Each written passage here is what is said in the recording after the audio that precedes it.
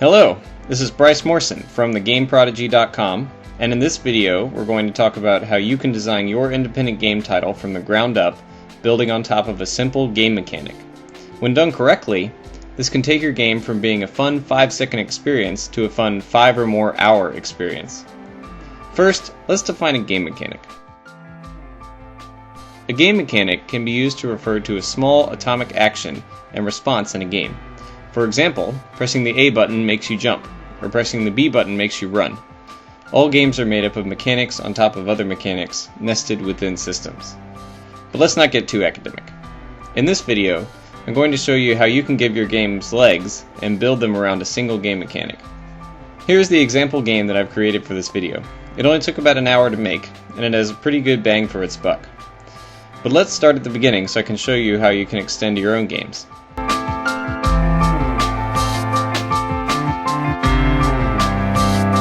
To begin, let's start with one of the simplest mechanics I could think of, clicking on something.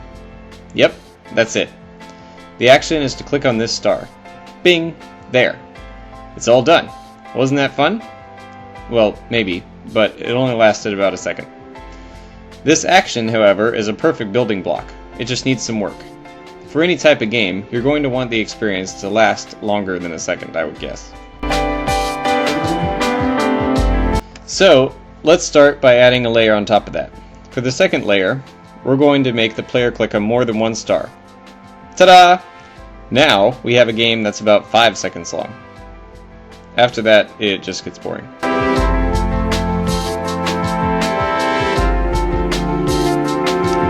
So let's add a third layer. Now let's make it so that there's a counter that counts down every time the player clicks a star. This makes the player wonder, what happens when it gets to 0? With our third layer, we now have a game that's about 15 seconds long. We'll continue up this ladder in a moment, but let's pause for a second. Notice exactly what we're doing here. Every time we add another layer on top of the game mechanic, we are extending the life of the game. We do this by looking at what the layer below does, and then come up with a way to get the player to repeat that layer a few more times. So if we want the game to last longer, then we just add another layer. But what do we do if we feel that one of the layers is boring? Then we can focus on adding something to that layer to keep it interesting.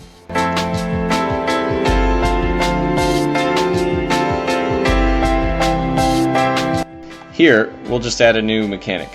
When a new star is born, then it starts to fade away. If the player doesn't click the star in time, then they've lost. Remember, it's almost always easier to start small and target problems like it's boring or it's too short than to start with a large game and then try to take things away to solve the same problems.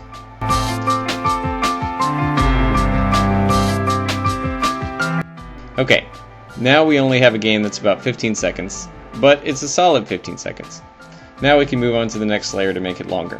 What can we do to make the player want to click those 10 stars over and over again? Our fourth layer can introduce something new, specifically a new star. Now it's starting to look a little bit like a game. The player's clicking on more than one star, and they're going at a pretty good pace.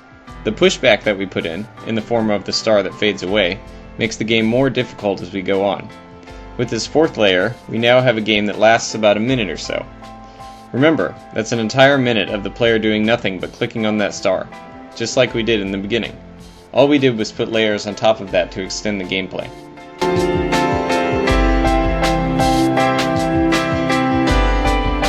For our fifth layer, we're going to add a score at the end.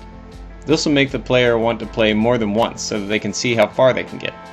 If they can juggle 4 stars, can they do 5?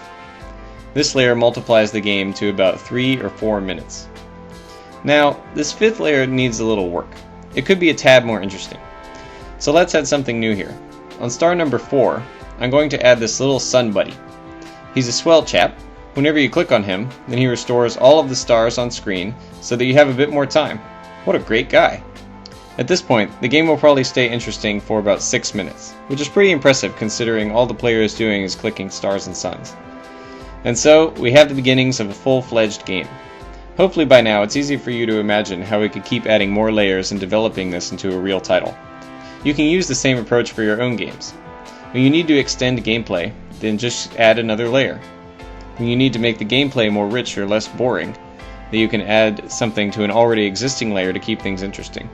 This way, you target exactly what's keeping your game from being outrageously compelling and take care of it. Build from the bottom layer and work your way up. For more videos and articles for intelligent game and career development, be sure to visit us at thegameprodigy.com. Thanks for watching.